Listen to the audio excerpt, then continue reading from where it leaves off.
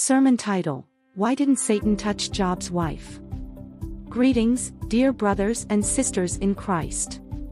Today, we delve into the profound story of Job, a man of unparalleled faith and endurance. Our focus will be on a particular aspect of his story: why didn't Satan touch Job's wife? The book of Job is a powerful testament to faith in the midst of suffering. Job, a man described as blameless and upright, one who feared God and shunned evil, Job 1 verse 1, faces immense trials and tribulations. In the heavenly council, Satan challenges God, suggesting that Job's faithfulness is due to his prosperity and protection. God permits Satan to test Job, stripping him of his wealth, health, and children. However, in this narrative, Job's wife remains untouched. This raises a significant question: why didn't Satan touch Job's wife? 1. The role of Job's wife in the story. Firstly, it's essential to understand the role Job's wife plays in the narrative. After Job loses his children, wealth, and health, his wife speaks up.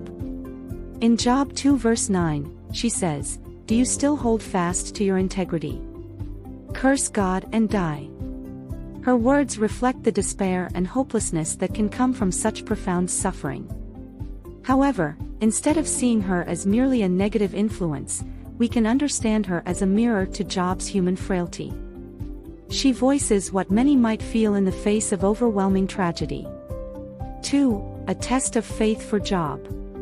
Satan's primary aim was to challenge Job's faith and integrity.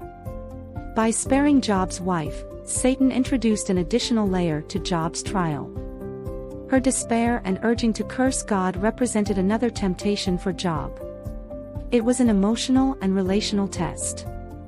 Job's steadfastness in the face of his wife's despair further demonstrated the depth of his faith and trust in God. He responds to her in Job 2 verse 10, saying, "Shall we indeed accept good from God, and shall we not accept adversity?" Job's unwavering faith even in this relational trial is a testament to his righteousness. 3. The human element of suffering.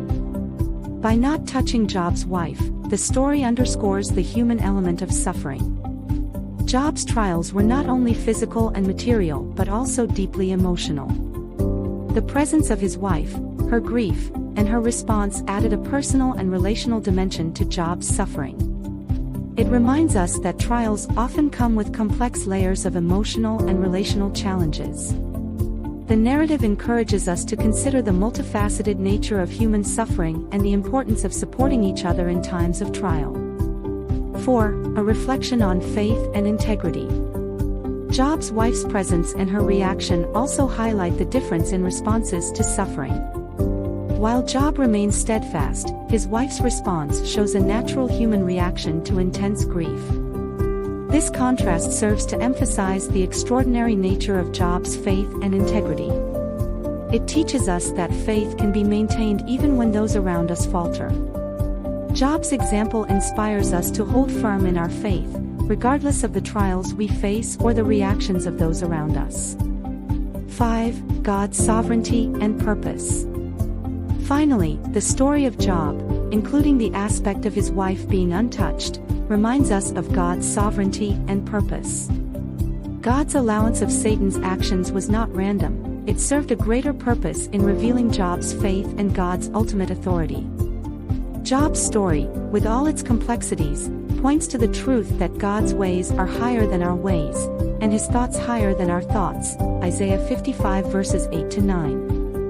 It calls us to trust in God's sovereignty, even when we do not understand the reasons behind our suffering. Conclusion.